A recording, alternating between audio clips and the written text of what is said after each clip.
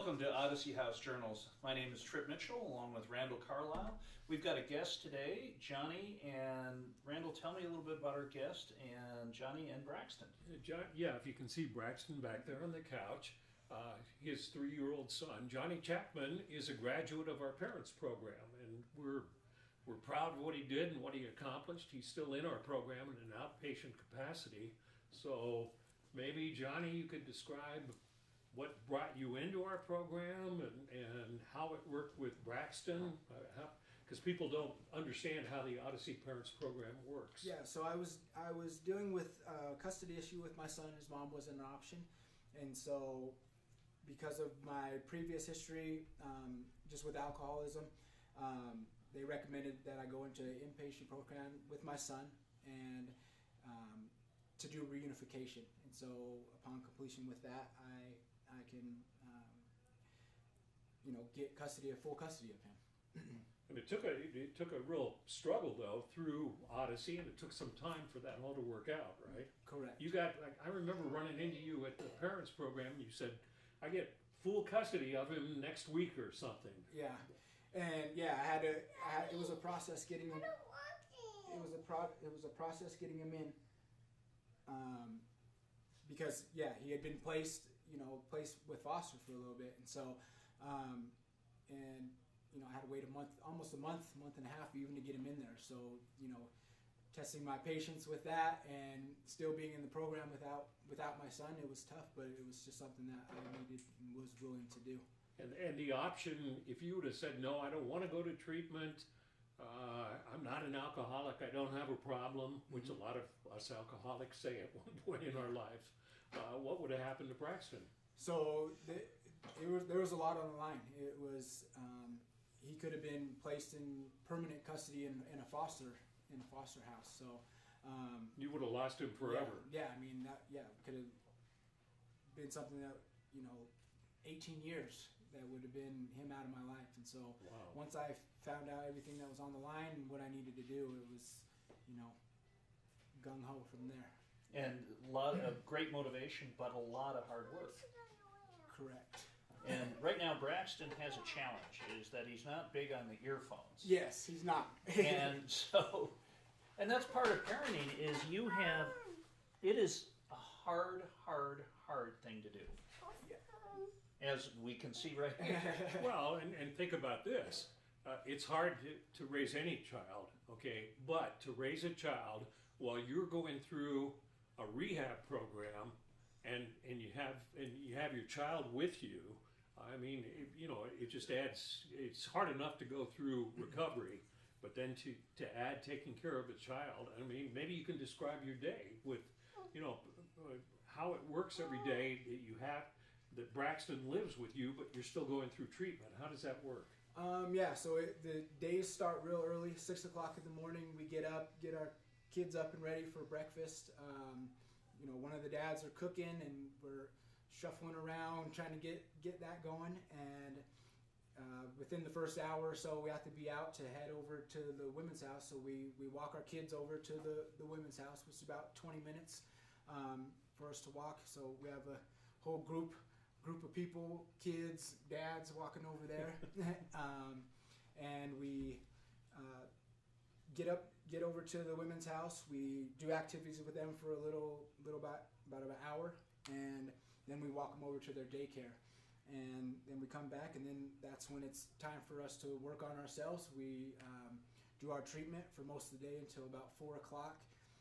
We go pick our kids up, and then we go home and finish the rest of the new beginning of the day. So we cook them dinner, get their bedtime routines, and do it all again the next day.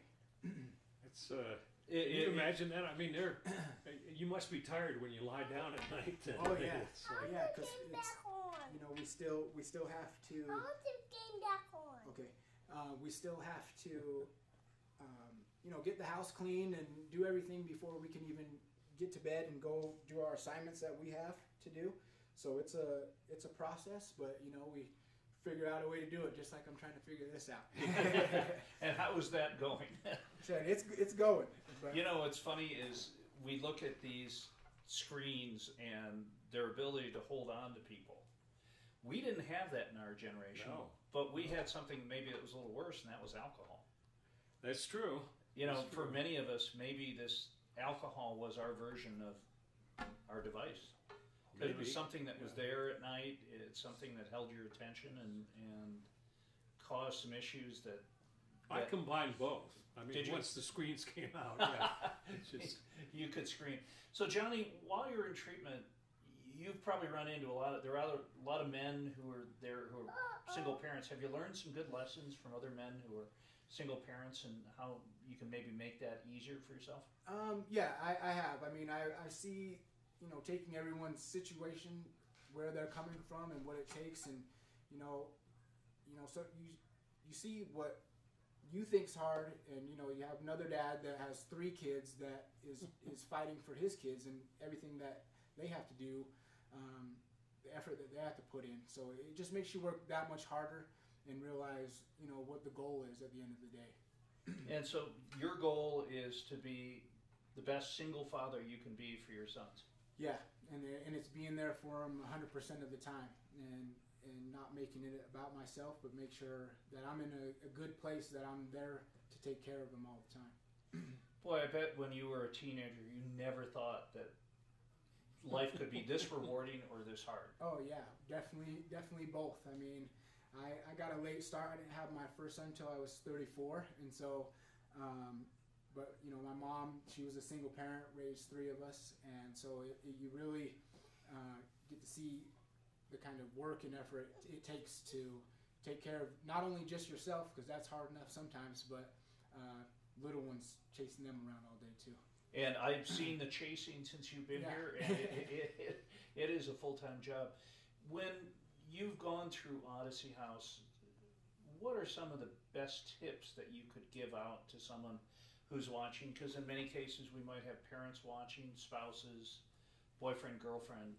What's a tip that you could give out when things get overwhelming? I think the biggest tip I have is just to be honest with yourself and where you're at and why you're doing it. Because I think if you're doing it just for your kid, it'll last for just a certain amount of time. And I mean, if you really need to go in there doing it for yourself, to make sure that you can be there for your kids, and just to be honest with where you're at and what you want out of it. So your story was alcohol. Correct. How did you get started? So when I was about 30, I was diagnosed with type 1 diabetes. And so I had drank off and on before that, but it wasn't anything that affected my life. When I was diagnosed with diabetes, I kind of just lost it with having a sports background and not, knowing how my body was responding to anything. I just wanted to give up. I didn't feel like it was even worth being around. And So you got dealt some bad cards. yeah, and I made it worse. Just wanted to go out, and I was just drinking every day and just beating my body up, as bad as I could. And it wasn't till I had my first son was when it really made me open my eyes that it wasn't just about me, and so that was something that helped me get out of that phase, that stage in my life. But where I wanted to go moving forward was something that keeps me, wanting to be better. and that brings up an issue, and I think everybody would agree that alcoholics and addicts are very selfish people. I mean, because you're thinking, I thought primarily, where am I going to, if we were going to a wedding or a restaurant, my first question was, do they serve alcohol? Not, are we going to have a good time? Who's getting married? But do they serve alcohol? And with many of the people addicted to drugs in our program, I mean, they talk about the first thing they think about in the morning is where am I going to get my next fix? And you don't think about, I mean, that takes over your mind and your brain, and you got to readjust your thinking on that. Yeah, and that's how I felt like when I was in my alcoholism, and I'm always right, and there's no other way about it. And I deal with perfectionism a lot, and so it's like it has to be my way or no way. And so being in Odyssey House, you know, that helped me step back and realize there's different opinions, different things that matter, and other people's input can help you as well. One of the pluses of Odyssey is the fact that you're exposed to so many other people in a rather tight surrounding, and I guess you consider that part of the drawback for people who can't deal with that. But it's really interesting to see. Yeah, I took you guys through the adult house downtown, and I described it as organized chaos. And I think you were giving it too much credit. It was Yeah, just well, chaos. Yeah. And the parents program, if you see all of them together, especially when the dads come over in the morning, so you have 5 or 6 dads with 5 or 6 kids, and then you have 16 moms or so with maybe 18 kids, and they're all just running around the house and everything, and they have to organize everything and do things. It's an amazing program that people come out of it successfully. Yeah, and I think it really helps when you're that structured and that enclosed in that environment, because you're going to have that in everyday real life where, you know, you're not always going to get along with people, or you're going to be in a daycare, and it just helps it slow it down for you. It seems like a lot, but you know, you get routines, you get different things going along during the day where everything starts to slow down. And it's like, okay, we can get the herd together. We can make this work. And so it's just about putting in the effort and just not giving up on yourself.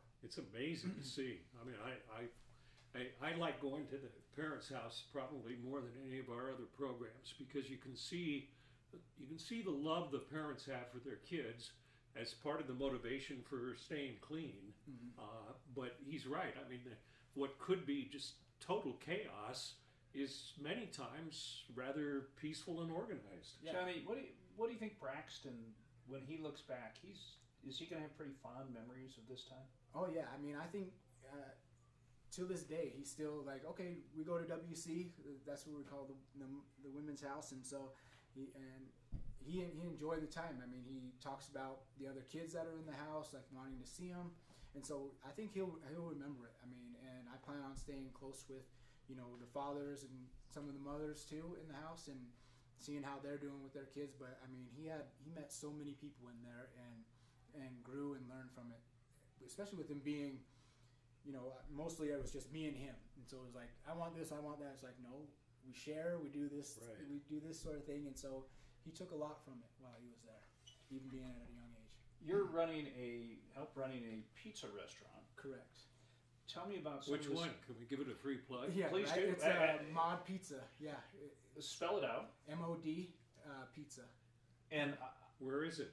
So the one I'm working at is a Riverton location that we just opened up. Utah's kind of their next market, but they've opened a lot of stores here, and so it's been very successful. So it's a national chain. Yeah, 385 stores. So. But let me be the biggest pitch man on this. This is the greatest concept. You go in, you custom make the pizza. You say you might want this, bacon, a little ham, pepperoni, whatever you want on there, and they they can cook it in about 3 minutes. Yeah, and so the 30 toppings. It's the best idea I've heard. Sounds great. Let's you and I go together, and you know, given our technique of being broadcasters, we'll have other people do all the work. Well, we'll take the credit. Do you think we could do it? But it's a great idea, but you picked up a lot of skills in Odyssey House. Tell me about how that's affected you as a manager. And so, dealing with so many different people, you know, young kids in the restaurant, it's just really helped me use coping skills as far as as before having that perfectionism, you know, you want everything done a certain way at that certain time, and it helps you really just step back and see, you know, everything that's really going on and when the right time is to either address that person or just dealing with different people.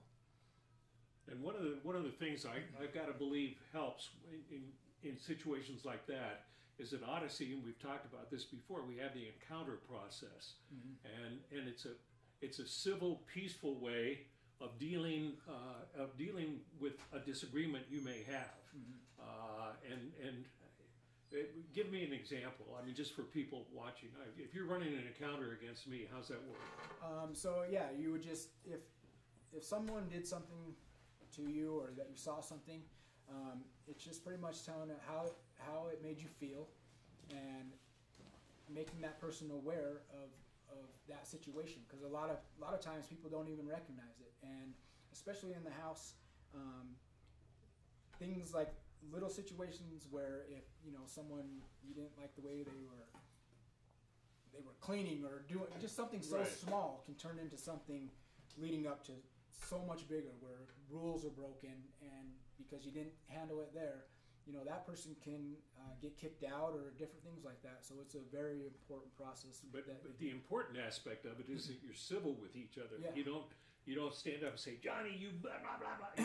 It's like Johnny, you really made me feel concerned over what you did, and we talked, and I'm thinking that may relate to the way you deal with some of your employees in the restaurant, in a civil way. In a civil way, where you can keep it stupid. Exactly. You can keep it in a controlled environment instead of just going off on someone and just making a fool out of yourself, pretty much. And just whether it's in the house, you're in a group, but you learn to pull people aside and say, hey, and talk to that person, so it doesn't turn into a bigger situation. We better never let this out to any of the Real Housewives TV shows, because they do the exact opposite. Yeah. They take something that in a controlled environment we could nip it right in the bud and let it grow. Yeah. Which makes for great reality television. That's what I was going to say. That's part of the popularity there.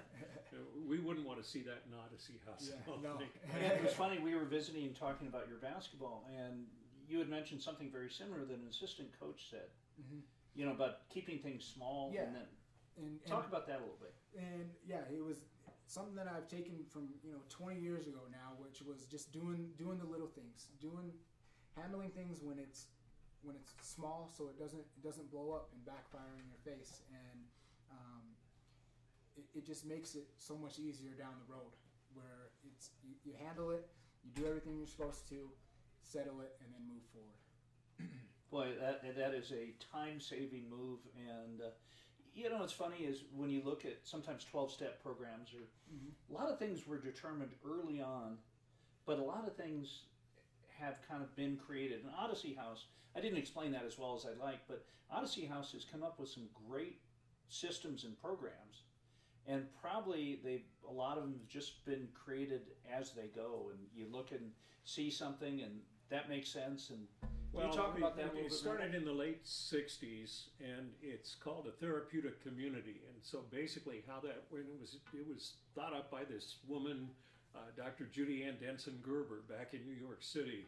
And it basically is the philosophy that, maybe you could describe it better than me, but you deal a lot with your peers, and so you climb up through levels in the Odyssey program, and the higher up the level, the more responsibility you take on in the house where you are, and the more you're dealing with some of the newcomers who are coming into the program. And we still have professional people at the top, but the philosophy is basically that if you're a recovering alcoholic and I'm a new recovering alcoholic, I'm going to listen to you a lot more than I would to some shrink who says, it's bad for you to, that kind of stuff. And that's sort of the way the Odyssey program works. And it was a lot more strict when it began back in the 60s, and I guess we'd call it a modified therapeutic community now, because although the structure is still very stiff, it's not nearly as strict as it used to be. So yeah, and it does, and it teaches you, to, when you come in, that there's people above you that have those experiences, and they're moving forward in the program because they've been doing the right things. But when you get close to being done, it also teaches, for me, it taught myself that there's time to pass off that responsibility to the people below you. Well, not below you, but that are just trying to get to where you're at, so they can move forward in their recovery. Well, Braxton is getting restless, so we'll take that. Johnny, thank you so much for coming in and telling your story, and seeing you with I can just see the tremendous amount of love, and he obviously is the center of your universe, and he's lucky to have you as a dad. What if you had one word for people out there watching, if you think maybe you have a problem or something like that, what would you urge people to do? I would just urge people just to take a minute with yourself and just be honest about where you're at and really where you want to be in life, and knowing that it takes a lot of effort and communication with other people to be open, be willing to take those steps and move forward, and really wanting to move forward with your life. And it is hard work to take those steps and to recover. That's hard work, right? Definitely is. Getting vulnerable was the toughest thing for me to do, but everyone has those secrets, and once you can really deal with those and get vulnerable with it, really want to move forward, that's what I think what saves people. Okay. Well, that'll do it. Braxton, thank you for coming in. I know that you've had probably the funnest last half hour of your life. Nap time. For Randall Carlisle, I'm Trip Mitchell. Thanks for watching. We've got a number up on the screen, and if you're having some challenges with drugs or alcohol and you're feeling alone, call that number. Some great people with Odyssey House will help you out and let you know that you're not alone, that there are people out there who've been through the same thing you have. There's been some amazing outcomes. Nothing is guaranteed. It's very tough. It's a lot of hard work, but it's worth it. It is worth it. Definitely is worth it. Johnny, thank you so much. Thanks for having me. Thanks, Good Johnny. to see you. Right. Thanks, Braxton. And we'll see you next time. Thanks for watching.